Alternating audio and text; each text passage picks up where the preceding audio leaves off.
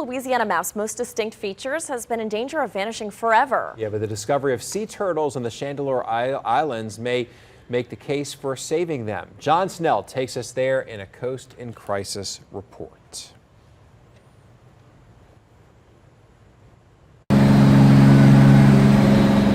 A seaplane takes us on an adventure from Belchase over the marsh in St. Bernard Parish to the most isolated spot in all of Louisiana, the Chandeleur Islands. This is a pretty remote island. It's about 75 miles east of New Orleans and about 25 miles south of Mississippi. Todd Baker of the Coastal Protection and Restoration Authority leads a field trip of state and federal scientists, environmentalists, and one lucky reporter to this part of the Breton National Wildlife Refuge, the second oldest refuge in the country and the only one that the father of the refuge system, President Teddy Roosevelt, ever actually visited. These islands might be a favorite spot for avid fishermen, but they are so remote now, few people ever visit them.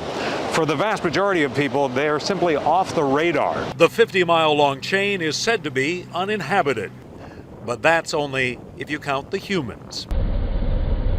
Baker was in a wildlife and fisheries plane in June looking for evidence of sea turtles before any restoration project can begin here. The wildlife fisheries now were in the plane looking for sea turtle crawls and found 53 of them on this island throughout the course of the summer. 53 trails mother turtles left behind as they crawled from the Gulf to find a nesting spot. Baker was floored. When you're expecting to see maybe 4 or 5 in a year and you get up and there's so many crawls in a single day and the plane is doing donuts and you're trying to write notes and there's another crawl and somebody's hollering there's another crawl and then trying to take pictures, it was pretty chaotic. 2 different species were using the island, including the Kemp's Ridley. The first time in 75 years that highly endangered turtle had been documented nesting on a Louisiana beach. It's just really awe-inspiring, and it makes you want to protect it even more to be able to come out here and experience it. The Chandeleur Islands once stretched over 11,000 acres. Today, roughly 1/10 of them remain, the farthest removed points in a sinking delta formed when the river ran through St. Bernard a couple thousand years ago. And they steadily lose their battle with the sea.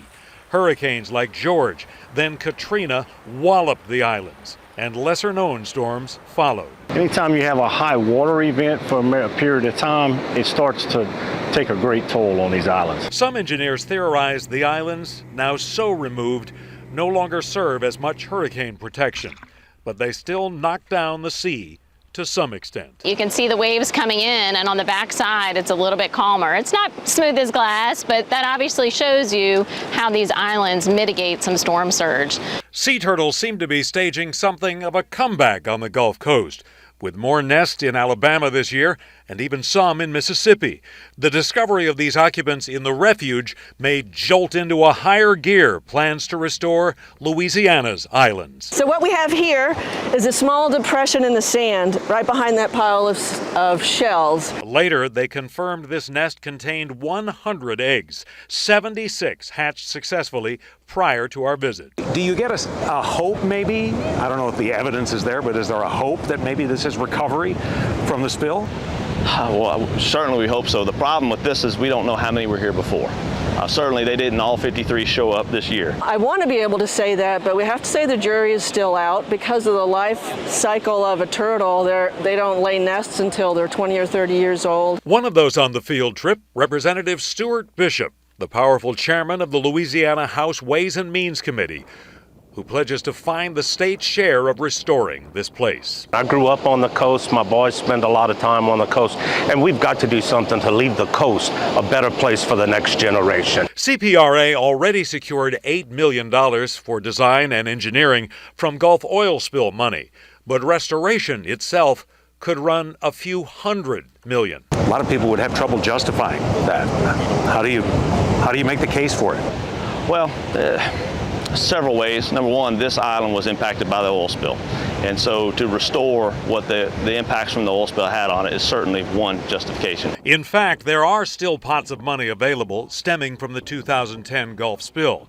The state could tap into that money once designers get a better idea of exactly how they want to rebuild the islands. And how to build a resilient project, because projects like this don't come along often. That's the key challenge here.